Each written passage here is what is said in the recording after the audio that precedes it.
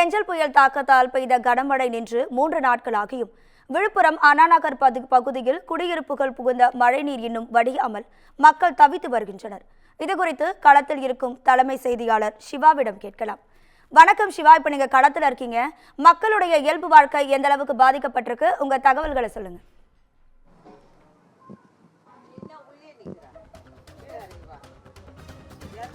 ராதிகா, நாம் இருக்கக்கூடிய இந்த பகுதி என்பது விழுப்புரம் மாவட்டம். நாம் ஏதோ கிராமத்தில் இருக்கோம் அப்படின்னு சொல்லிட்டு யாரும் நினைச்சிட வேணாம். நம்ம இருக்கிறது விழுப்புரத்துடைய டவுனுக்கு அருகிலே இருக்கக்கூடிய ஒரு முக்கியமான ஒரு பகுதி தான். கிட்டத்தட்ட அண்ணா நகர் என்று சொல்லக்கூடிய இந்த பகுதியில் நமக்கு பின்னால் மட்டும் சுமார் 100க்கும் மேற்பட்ட குடியிருப்புகள் இருக்கிறது. இந்த குடியிருப்புகளில் முழங்கால் அளவிற்கு தண்ணீர் தேங்கி இருக்கக்கூடிய நிலை தான் இன்றைய நிலை. கிட்டத்தட்ட 3 நாட்கள் ஆகியிருக்கிறது இந்த மழை நின்று. ஆனால் மக்களுடைய சோகம் மட்டும் தற்போது வரை நீங்காமல் இருக்கிறது. மழை நின்று கூட இந்த குடியிருப்புகளுக்கு இருக்கக்கூடிய தண்ணீர் என்பது தொடர்ந்து கடந்த 3 நாட்களாக மக்கள் அவதிக்குள்ளாக இருக்கக்கூடிய ஒரு நிலையாக இருக்கிறது. அதாவது கிராமங்களில் இருக்கக்கூடிய மக்கள் பெரும் அளவில் அவதிக்கு உள்ளானாலும் கூட விழுப்புரம் நகரத்திற்கு அருகிலேயே இருக்கக்கூடிய இந்த அண்ணா நகர் பகுதி என்பது மிகவும் ஒரு பாதிப்பை சந்திச்சிருக்கக்கூடிய ஒரு பகுதி. பிரதான சாலைக்கு அருகில் இருக்கக்கூடிய இந்த பகுதியில் இருக்கக்கூடிய ஒவ்வொரு குடியிருப்புகளுக்குள்ளேயும் தண்ணீர் உள்ள போயிருக்கு. எங்களுடைய வாழ்வாதாரம் முற்றிலுமா போயிடுச்சு அப்படிங்கிறது தான் இங்க இருக்கக்கூடிய மக்களுடைய ஒரு பிரதான ஒரு குற்றச்சாட்டா இருக்கு, புகாரா இருக்கு, அவங்களுடைய வேதனையாகவும் இருக்கு.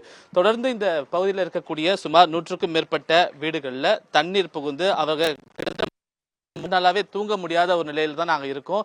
கிட்டத்தட்ட எங்களுக்கு உணவு கூட யாரும் தர முடியாத ஒரு நிலையில தான் நாங்க இங்க சிக்கிட்டு இருக்கோம் என்பன போன்ற பல்வேறு அடுக்கடுக்கான குற்றச்சாட்டுகளையும் புகார்களையும் அவங்க முன் வச்சுட்டு வராங்க.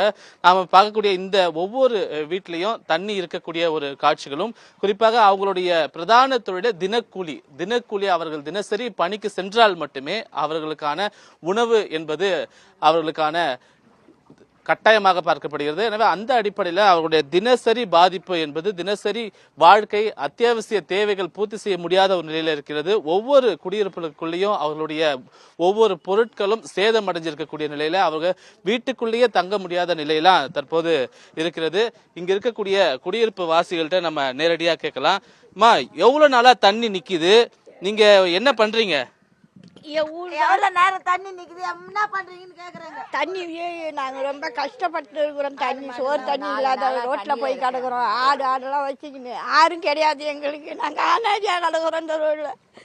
தண்ணி பூந்து நாங்க இந்த வீட்டுல சோறு கூட ஆகி தின்ன முடியல எங்களால. நாங்க என்ன பண்ணுவோம்னு தெரியல எங்களுக்கு.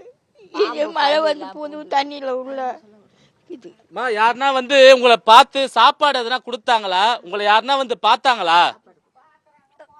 சாப்பாடு பார்த்தது எனக்கு தெரியாது. சாப்பாடு கொடுப்பாங்க, ஆனால் நான் போக மாட்டேன். வாங்கி கொண்டு வந்து கொடுப்பாங்க, சாப்பிடு. என்னால் நடக்க முடியாத நான் கிடக்குறேன். என்னால் நடக்க முடியல. ரோட்டு மேலே உக்காந்துன்னு இன்னைக்கு 4 நாளாக கிடக்குறேன் நான். நீங்க சொல்லுங்க, எவ்வளவு நாளா நீங்க இப்படியே இருக்கீங்க? இந்த பகுதியில எத்தனை நாளா தண்ணி நிக்குது? யாருன்னா பார்த்தாங்களா? யாரும் பார்க்கலப்பா. அப்படியே ரோட்டு மேலே பார்த்துன்னு போறாங்க. இறங்கி பார்க்கறது இல்லை. பார்த்தா தண்ணியில தான் கிடக்குறோம். நாங்கள் 4-5 நாள் ஆடு மாடெல்லாம் வச்சுக்கணும், லோல் அடிச்சுன்னு கிடக்குறோம். ரோட்டில் தான் படுத்துக்கிறோம். என்ன செய்யறதுன்னே தெரியல. நாங்கள் இந்த மாதிரி வீடெல்லாம் வச்சுக்கின்னு இதை மாதிரிலாம் வச்சுக்கின்னு லோல் அடிச்சுன்னு கிடக்குறோம்ப்பா. சாப்பாட்டுக்கு நீங்க என்ன பண்றீங்க? சாப்பாட்டுக்கு போடுவாங்கப்பா, நாங்கள் வாங்கின்னு சாப்பிடுவோம்ப்பா. போடுவாங்க சாப்பாடு, திமுக போடுவாங்க. நீங்க என்ன வேலை செய்றீங்க? வீட்டு வேலை செய்கிறோம். அவங்க ஆடு ஓட்டுறாங்க, நான் வீட்டு வேலை செய்கிறேன். உங்க வருமானம் எந்த அளவு இப்ப பாதிச்சிருக்கு இந்த மழையினால? என்னத்த சொல்றவே இல்லைங்க. 2-3 நாளா போகல வேலைக்கு. இன்னைக்கு தான் போறதில்ல வேலைக்கு சரியா. நீங்க சொல்லுங்க, இப்போ இங்க எவ்வளவு நாளா இதே மாதிரியான பாதிப்பே இருக்கு. நீங்க வருமானத்துக்கு என்ன பண்றீங்க? உங்க சாப்பாட்டுக்கு நீங்க என்ன பண்றீங்க? வீட்டு வேலைக்கு தான் போறோம். சாப்பாடு எல்லாம் இல்ல. வீட்டு வேலைக்கு போனாதான் இல்லைன்னா இல்ல. அது கூட இந்த மழை வெளியே போறதுக்கு இல்ல. இறங்கி பாக்குறதுக்கு ஆளு யாரும் வர மாட்டாங்க. ரோட்டு மேலேயே போய் ரோட்டு மேலேயே வந்துடுறாங்க. ரொம்ப கஷ்டமா இருக்குது. படுக்கிறதுக்கு சாப்பிட்றதுக்கு ஒண்ணுமே இல்ல. எல்லாம் ரோட்ல தத்தளிச்சுன்னு உட்காந்து இருக்கிறோம். எதுவுமே இல்லாத கஷ்டமா இருக்கு, வேதனையா இருக்குது. தண்ணி பூந்து சும்மா இருந்தா கூட பரவாயில்ல. தண்ணி பூந்து உள்ள ஒரு யானை பானை எதுவுமே இல்லை. எல்லாம் அடிச்சுன்னு போயிடுச்சு. இப்ப அரசு 2000 ரூபாய் அறிவிச்சிருக்காங்க. அது போதுமானதா இருக்கா, இல்ல உங்களுடைய கோரிக்கைகள் தான் என்ன? 2010 இன்னும் 2 நாளைக்கு 3 நாளைக்கு கூட அச்சு மணி ஏன் கூட பத்தாது அந்த காசு. 2000 என்ன பண்றது வச்சுக்கின்னு?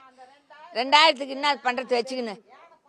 ஏன பணம் வாங்க முடியுமா? இல்லை அடிச்சு போன ஆடு மாடு தண்ணியில் கந்தெல்லாம் செத்து போனலாம் வாங்க முடியுமா? 2000 வச்சு என்ன பண்ண முடியும்? உங்களுடைய இந்த இந்த பகுதியில் இருக்கக்கூடிய பிரதான தொழில் தான் என்ன? சாப்பாட்டுக்கு நீங்க என்ன பண்றீங்க? இங்க அன்னாடம் ஆடு மேய்க்கிறது, மாடு மேய்க்கிறது, பெயிண்ட் வேலைக்கு போவாங்க, கொளுத்து வேலைக்கு போவாங்க. இதான் இங்க இருக்கிற வேலை.